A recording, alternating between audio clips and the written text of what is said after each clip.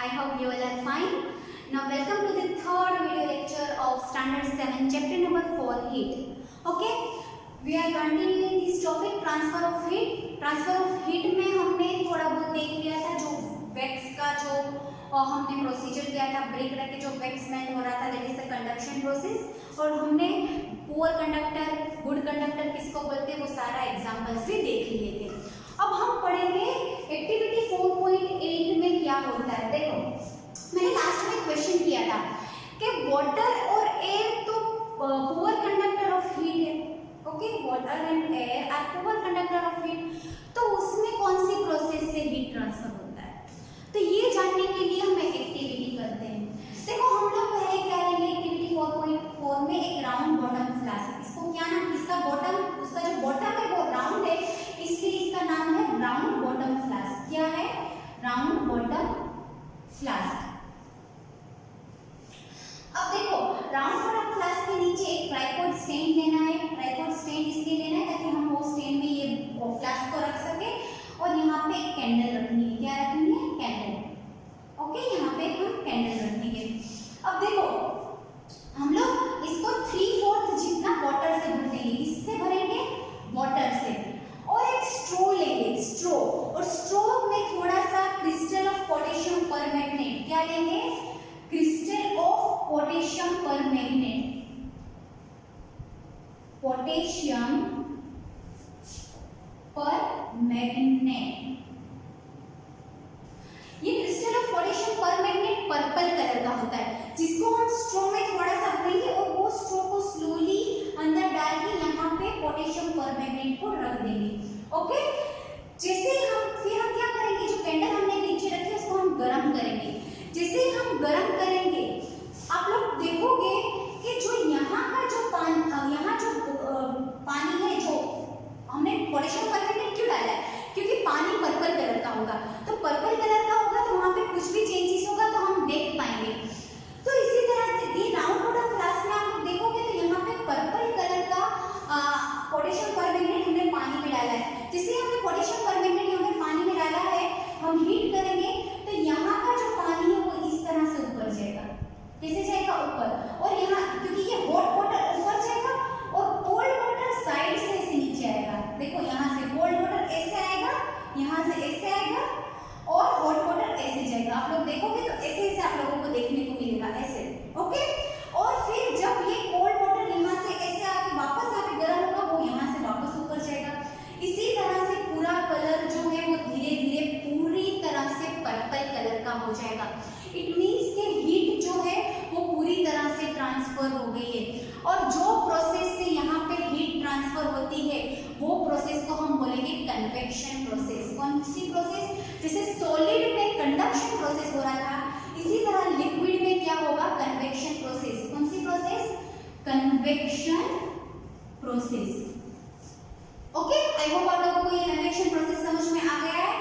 Now देखो अब ये तो हमारा एक्टिविटी हमको समझ में आ गई कि पानी में कैसे ट्रांसफर होता है। अब हम लोग एयर में, हम लोग को पता है कि पानी भी पुअर कंडक्टर ऑफ हीट है तो उसमें कन्वेक्शन प्रोसेस होता है, तो एयर में हीट कैसे ट्रांसफर होता है तो उसको जानने के लिए हम एक चीज देखते हैं। देखो हम लोग एक कैंडल जलाएंगे।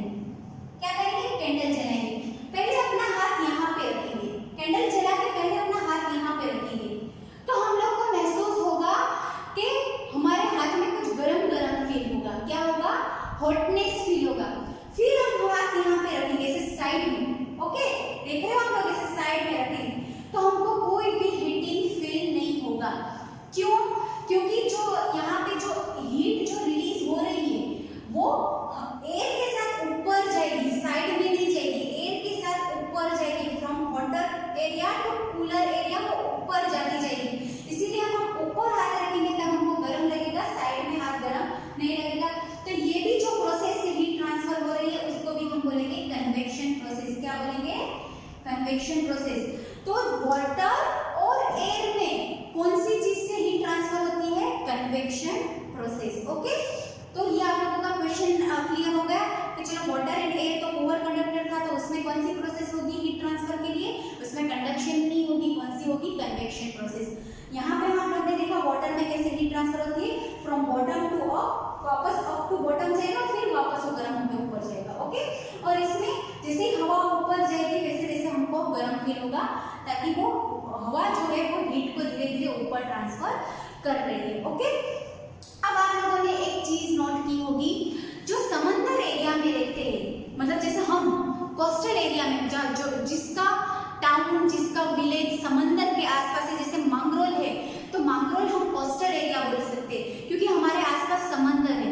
तो जब समंदर के आसपास जब कोई रहता है तब क्या होता है, दिन के टाइम पे वहां पे कुछ मैजिक जैसा होता है। दिन के टाइम पे यहाँ पे जो जमीन है वो गर्म होगी, यहाँ पे लैंड कैसी होगी, वार्म होगी। ड्यूरिंग डे टाइम लैंड कैसी होगी, वार्म ड्यूरिंग डे टाइम। और समंदर है उसका जो पानी है, सी कैसा होगा, वो ठंडा होगा, sea cold during day time. Day time में समंदर का पानी ठंडा होगा।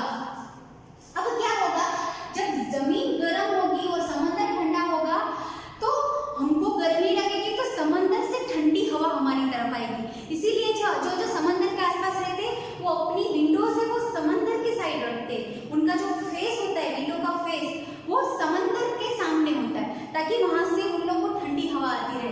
तो जब दिन के टाइम पे जब पानी ठंडा होगा तब वो ठंडा पानी समंदर से लैंड की तरफ आएगा, towards land. The sea air coming towards the land and this air is called the sea breeze. वही उसको हम क्या बोलेंगे, सी ब्रीज। क्या बोल सकते हैं इसको हम, सी ब्रीज।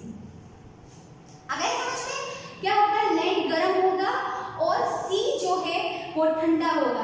तो ये जो डे टाइम पे जो समंदर से हमको ठंडी ठंडी हवा आती रहती है उसको हम क्या बोलते हैं, सी ब्रीज। और उसी तरह रात को उल्टा होगा, रात को जो समंदर का पानी है वो बहुत ज्यादा ठंडा हो जाएगा। क्या हो जाएगा, बहुत ज्यादा ठंडा। रात को समंदर का पानी बहुत ज्यादा ठंडा हो जाएगा। और दिन में जो गर्मी बढ़ रही थी तो गर्म हवा है, रात को क्या होगा, गर्म हवा वो लैंड की गर्म हवा समंदर के पास जाएगी। मतलब समंदर ठंडा हो गया है तो उसको भी थोड़ी गर्मी चाहिए, तो रात को क्या होगा, जो लैंड की गर्म हवा थी, जो लैंड की गर्म हवा थी वो रात को कहाँ जाएगी, समंदर में। आ रही है बात समझ में। दिन को क्या हो रहा था, ठंडी हवा हमारी तरफ आ रही थी। रात को क्या होगा, उल्टा होगा, जो जमीन की गर्म हवा है वो सी में जाएगी, जमीन की गर्म हवा सी में जाएगी। तो जो जमीन की हवा जा रही है तो उसको हम बोलेंगे लैंड ब्रीज। क्या बोलेंगे, लैंड ब्रीज। जब दिन में समंदर से ठंडी ठंडी हवा हमको मिलेगी उसको हम बोलेंगे सी ब्रीज। और जब रात को समंदर को गर्म हवा मिल रही है उसको हम बोलेंगे लैंड ब्रीज। ओके, ये आप लोगों की बुक में टर्म दिया है, what is sea breeze, what is land breeze. I hope आप लोग समझ गए हो। नाउ हम लोग जब दिन में कहीं बाहर जाते हैं तो हम लोग देखते हैं कि जैसे कि फॉर एग्जाम्पल यहाँ पर मैं आप लोगों को बताती हूँ, हम लोग दिन में बाहर जाते हैं तो हमको सन के नीचे गर्म लगता है। देखो फॉर एग्जाम्पल यहाँ पे सन है, ओके, और यहाँ पे हमको हीट के कारण हम यहाँ पे खड़े हैं, ओके, तो हम यहाँ पे जब खड़े होते हैं तो हमको गर्म लगता है। तो क्या ये गर्म जो है, ये जो हीट है वो एयर से ट्रांसफर हो रही है? जरूरी नहीं है कि हर जगह एयर प्रेजेंट हो, क्योंकि सन तो बहुत ऊपर है, तो सन की लाइट सन की हीट जब ऊपर से हम तक पहुंचती है तो जरूरी नहीं है कि हर जगह एयर प्रेजेंट हो। आप लोगों को पता है कि ऊपर वैक्यूम भी होता है जहाँ कोई मीडियम नहीं होता, ना ही तो एयर होता है, नहीं तो वाटर होता है, कुछ नहीं होता, तो भी हीट ट्रांसफर होती है। क्योंकि हीट को ट्रांसफर होने के लिए किसी मीडियम की जरूरत नहीं होती, ओके, वो विदाउट मीडियम भी ट्रांसफर हो सकता है। एयर के बिना भी वो ट्रांसफर हो सकता है, वाटर के बिना भी वो ट्रांसफर हो सकता है। तो जब ऊपर से, जब सन से डायरेक्टली हमारे तक जो हीट आती है विदाउट एनी मीडियम, ओके, ना ही तो कोई वाटर के थ्रू, ना ही तो कोई एयर के थ्रू जो हीट आती है उसको हम क्या नाम देंगे, रेडिएशन। क्या बोलेंगे हम इसको, रेडिएशन। आई होप आप लोगों को समझ में आ गया व्हाट इज रेडिएशन। जो डायरेक्टली जो सन से रेज आ रही है वो रेज हमको हीट पहुंचा रही है, वही रेज को हम बोलेंगे रेडिएशन। तो देखो हम लोग को ट्रांसफर ऑफ हीट में इतना तो समझ में आ गया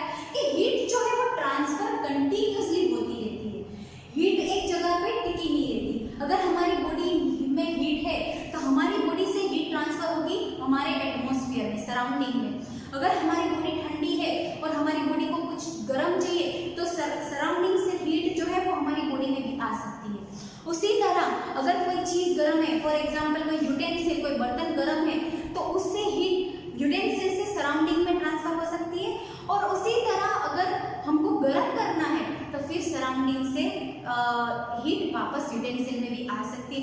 तो ये एक जगह हीट जो है वो ट्रांसफर होती है। It is one kind of energy which is transferring from one place to another place, from surrounding to object, from object to surrounding। तो ये ट्रांसफर होता रहता है। जैसे कि यहाँ पे भी आप लोग देखोगे तो कोई कभी कभी जो रेडिएशन आ रहा है फॉर रेडिएशन, तो कोई यहाँ पे चीज पड़ी हुई है, तो ये रेडिएशन क्या होगा, उसकी थोड़ी बहुत रेज क्या है वो यहाँ पे एब्जॉर्ब होगी। क्या होगी? एब्जॉर्ब। जब ये रेडिएशन एमिट होगी तब थोड़ी बहुत यहाँ पे एब्जॉर्ब होगी और थोड़ी बहुत रिफ्लेक्ट भी होती है। थोड़ी बहुत वहाँ पे एब्जॉर्ब होगी और थोड़ी बहुत रिफ्लेक्ट होती है। इसी कारण हमारा जो ऑब्जेक्ट है वो गर्म हो जाता है। गर्म क्यों होता है? क्योंकि वो एब्जॉर्ब कर लेता है और धीरे धीरे बहुत हीट एमिट भी करता है, इसलिए वो वापस ठंडा हो जाता है। आप लोगों को बात समझ में आ रही है? फॉर एग्जाम्पल मैंने हम लोग यहाँ पे कोई पत्थर है, ओके, तो ये पत्थर में कंटिन्यूसली सनरेज आ रही है, तो ये धीरे धीरे गर्म होगा, बट जरूरी नहीं है सारी रेज अंदर एब्जॉर्ब हो जाएगी। थोड़ी बहुत रेज उसमें से एमिट भी होगी, वापस भी बाहर चली जाएगी। जब धीरे धीरे ये ठंडा होगा, सारी रेज बाहर एमिट होगी, तो ये पूरी तरह से ठंडा हो चुका होगा। मतलब हीट जो है वो एक जगह नहीं रहती, हीट एब्जॉर्ब होती है, एमिट बैक भी होती है। हीट अगर इंसिडेंट होती है, कोई रेज इंसिडेंट होती है, तो वो थोड़ी रेज वहां पे एब्जॉर्ब होगी और थोड़ी रेज वहां पे एमिट हो जाएगी। ओके, आई होप आप लोगों को यहाँ तक समझ में आ गया है। अब मैं आगे आप लोगों को हमारा जो नेक्स्ट टॉपिक है, लास्ट टॉपिक, वो मैं आप लोगों को स्टूडेंट्स ये चैप्टर का हमारा जो लास्ट टॉपिक है, हम पढ़ते हैं that is the kinds of clothes we wear in summer and winter. हम समर और विंटर में कैसे काइंड्स ऑफ क्लोथ पहनना प्रीफर करते हैं।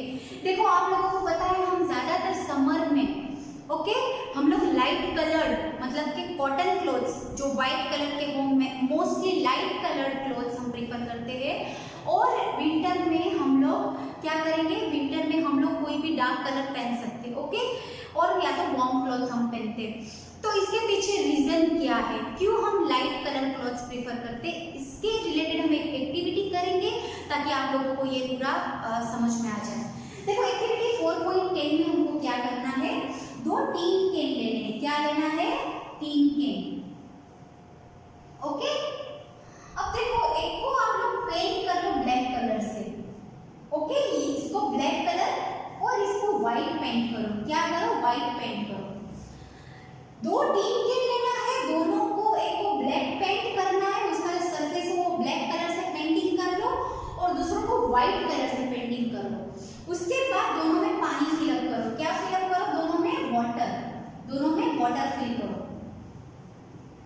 फिर आप लोग उसको सन के नीचे जो एकदम धूप होती है, मिड डे सन होता है, फॉर एग्जांपल दोपहर के 12:30-1 बजे तक जो होता है, तब कितना गर्म होता है एटमॉस्फेयर, तब वो आप लोग दोनों टीन को वहां पे रख दो।